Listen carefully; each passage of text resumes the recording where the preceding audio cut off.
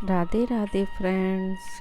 आज हम जगन्नाथ यात्रा 2023 यानी ये रथ यात्रा 2023 की तारीख, इतिहास, पूजा विधि व महत्व के बारे में बात करेंगे। जगन्नाथपुरी रथ यात्रा भारत के सबसे बड़े धार्मिक त्योहारों में से एक है। यह उत्सव इस साल 20 जून 2023 को मनाया जाएगा। जो इस त्यौहार को अनूठा बताती हैं वह ये हैं 3 हिंदू देवताओं की प्रतिमाओं को उनके मंदिरों से निकालकर एक रंगीन जुलूस में उनके भक्तों से मिलाने के लिए ले जाया जाता है। इस लेख में आपको इस त्यौहार के पीछे की कथा और इसके महत्व के बारे में कुछ रोचक जानकारियाँ मिलेंगी। भगवान जगन्नाथ की यह यात्रा चाहे सुदूर पूर्वी राज्य उड़ीसा में निकाली जाती हो, लेकिन देश के दूसरे हिस्सों और खासकर पश्चिमी राज्य गुजरात में जगन्नाथ रथ यात्रा का खास प्रभाव देखने को मिलता है। प्रभु जगन्नाथ की रथ यात्रा को दुनिया में सबसे पुरानी रथ यात्रा की परंपरा के रूप में जाना जाता है। यह जुलूस भगवान जगन्नाथ, उनके बड़े भाई बलभद्र और छोटी बहन सुभद्रा के एक मंदिर से दूसरे मंदिर की यात्रा को दर्शाती है, जिसमें भक्त इन तीनों देवताओं के दर्शन करते हैं। यह रथ यात्रा उनके घर के मंदिर से दूसरे मंदिर तक होती है, जिसे भगवान जगन्नाथ के चाचे का घर माना जाता है। जगन्नाथपुरी रथ यात्रा का उल्लेख हमें कुछ पौराणिक धर्म ग्रंथों में भी देखने को मिलता है। जगन्नाथ रथ यात्रा का इतिहास। जगन्नाथ रथ यात्रा कहानी और इससे जुड़ी कुछ रोचक परंपराओं के बारे में जानें। जगन्नाथ रथ यात्रा का इतिहास। रथ यात्रा परंपरा की शुरुआत से जुड़ी कुछ पौराणिक कहानियाँ आज भी इस क्षेत्र के लोगों को सामाजिक, धार्मिक सोच और आस्था को दर्शाती हैं। एक कथा के अनुसार भगवान कृष्ण और बलराम को मारने के लिए उनके मामा कंस ने उन्हें मथुरा आमंत्रित किया। उसने अपने सेनापति अक्रूर को रथ के साथ गोकुल भेजा। इस आमंत्रण पर भगवान कृष्ण अपने भ्राता बलराम के साथ रथ पर बैठे और मथुरा के लिए रवाना हो गए। यह कंस के अंत की शुरुआत थी, इसलिए भक्त कृष्ण और बलराम के मथुरा प्रस्थान के इस दिन को रथ यात्रा के रूप में मनाते हैं। द्वारिका में भक्त उस दिन का जश्न मनाते हैं जब भगवान कृष्ण बड़े भाई बलराम और बहन सुभद्रा को नगर का सौंदर्य और वैभव को दिखाने के लिए रथ पर सवार होकर भ्रमण के लिए निकले थे। एक और कथा के अनुसार एक बार भगवान कृष्ण की सभी रानियों ने माता रोहिणी से अनुरोध किया कि वे गोपियों के साथ भगवान कृष्ण के दिलचस्प प्रेमपूर्ण प्रसंग सुनाएं। माता रोहिणी को लगा कि सुभद्रा का इस तरह के प्रसंग सुनना अनुचित होगा, इसलिए उन्होंने सुभद्रा को वहां से विदा कर दिया। लेकिन अपनी जिज्ञासा के कारण सुभद्रा अशरीर रूप में भगवान कृष्ण और बलराम के साथ वहां मौजूद रहीं। जब सब पूरी तरह से कहानियों में लीन थे तो देव ऋषि नारद वहां पहुंचे। तीनों भाई बहनों के एक साथ दर्शन पाकर उन्होंने प्रार्थना की कि वे तीनों इसी तरह अपने भक्तों को साथ में दर्शन दें। तब प्रभु ने उन्हें वरदान दिया और तभी से तीनों सर्वदा के लिए भगवान जगन्नाथ के पुरी मंदिर में निवास करते हैं। जगन्नाथपुरी मंदिर भारत की चारों दिशाओं के 4 सबसे पवित्र मंदिरों में से एक है। अन्य 3 में दक्षिण में रामेश्वर, पश्चिम में द्वारका और हिमालय में बद्रीनाथ को सबसे पवित्र माना गया है।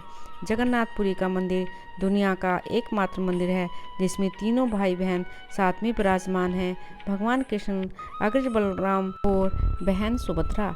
जगन्नाथ यात्रा विशेष क्यों है? जगन्नाथ यात्रा इसलिए विशेष है क्योंकि यह दुनिया का एकमात्र त्यौहार है जिसमें भगवान को मंदिर से बाहर निकालकर भक्तों के दर्शन के लिए यात्रा आयोजित की जाती है। यह उत्सव विश्व की सबसे बड़ी रथ यात्रा भी है। इस रथ यात्रा को देखने के लिए देश विदेश से लाखों श्रद्धालु हर वर्ष पुरी आते हैं। पुरी में अब भी निवास करने वाले राजवंश के राजा हर साल यात्रा के समय रथ के आगे सोने की झाड़ू से मार्ग को बुहारते हैं और 18 पहियों वाले 3 बड़े रथ इन भाई बहन की प्रतिमाओं से सुसज्जित होकर भारी भीड़ में अपना रास्ता बनाते हैं। इस यात्रा के प्रथम दिन से पूरे एक सप्ताह तक मंदिर के कपाट बंद रहते हैं और किसी को भी अंदर जाने की अनुमति नहीं होती। ऐसी मान्यता है कि 108 घड़े पानी में धूप में स्नान करने के बाद देवताओं को बुखार होता है। बुखार उतरने के पश्चात उनके आराम के लिए भी अपनी मौसी के घर आते हैं। इस जुलूस की भव्यता और भक्तों की इसमें आस्था को देखते हुए कई विदेशी भी इस रथ यात्रा में शामिल होने के लिए भारत आते हैं। 2 रथ यात्राएं क्यों हैं और वे कैसे जुड़ी हैं? गुजरात के द्वारिका शहर में भी श्री कृष्ण के अधूरे शरीर को समुद्र में भी विसर्जित किया गया था, जो भारत के पश्चिमी तट पर स्थित है और पूर्वी भारत में उड़ीसा राज्य में पुरी स्थित है।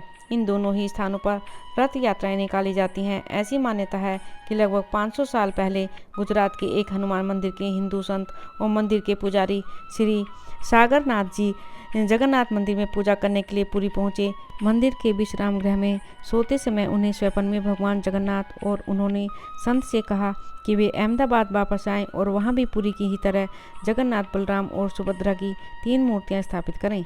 अपने स्वप्न की पूर्ति हेतु उन संत ने अहमदाबाद में जगन्नाथ मंदिर की स्थापना की। उनके ऐसा करने से भगवान कृष्ण के अवशेषों से पूर्व से लेकर पश्चिम तक की भूमि पवित्र हो गई। लगभग 142 साल पहले इस मंदिर संस्थापक के एक शिष्य श्री नरसिंह दास जी महाराज ने अहमदाबाद रथ यात्रा शुरू की थी। हाथियों और मनुष्यों द्वारा खींचे गए रथों पर देवता सवार होते हैं और इन दोनों यात्राओं में अनुष्ठानों और पूजन से भगवान की यात्रा को सार्थक बनाया जाता है। यात्रा के बाद रथों और हाथियों का क्या होता है? इस त्योहार के अंत में रथों को तोड़ दिया जाता है और उनकी लकड़ी का उपयोग मंदिर की रसोई में ईंधन के रूप में किया जाता है। माना जाता है कि जगन्नाथपुरी में स्थित रसोई दुनिया में सबसे बड़ी रसोई है, जहां हर दिन 56 पकवान बनाए जाते हैं और 2000 से 2 लाख लोगों में भोजन प्रसादी वितरित की जाती है। भगवान जगन्नाथ की पूजा विधि। भगवान जगन्नाथ की पूजा विधि बेहद ही सामान्य है और प्रभु के सच्चे मन से की गई आराधना बिना किसी पूजा सामग्री और बाह्य आडंबरों के ही जगन्नाथ तक पहुंच जाती है। भगवान जगन्नाथ आषाढ़ शुक्ल द्वितीया के 10वीं तक जन सामान्य के बीच रहते हैं। इसी समय में उनकी पूजा करना और प्रार्थना करना विशेष फलदायी होता है। इसी समय में भगवान की रथ यात्रा में पूरी श्रद्धा से सम्मिलित होकर भगवान जगन्नाथ की उपासना करें। अगर आप मुख्य रथ यात्रा में भाग नहीं ले सकते तो किसी भी अन्य रथ यात्रा में भाग ले सकते हैं। अगर यह भी संभव नहीं है तो घर पर ही भगवान जगन्नाथ की उपासना करें। भगवान जगन्नाथ को मालपुए का भोग लगाएं, क्योंकि यह उनके मन पसंद है, और उनके मंत्रों का जाप करें। राधे राधे। ओम नमो भगवते वासुदेवाय। मेरे इस चैनल को ज़्यादा से ज़्यादा सब्सक्राइब करें, लाइक करें और शेयर करें।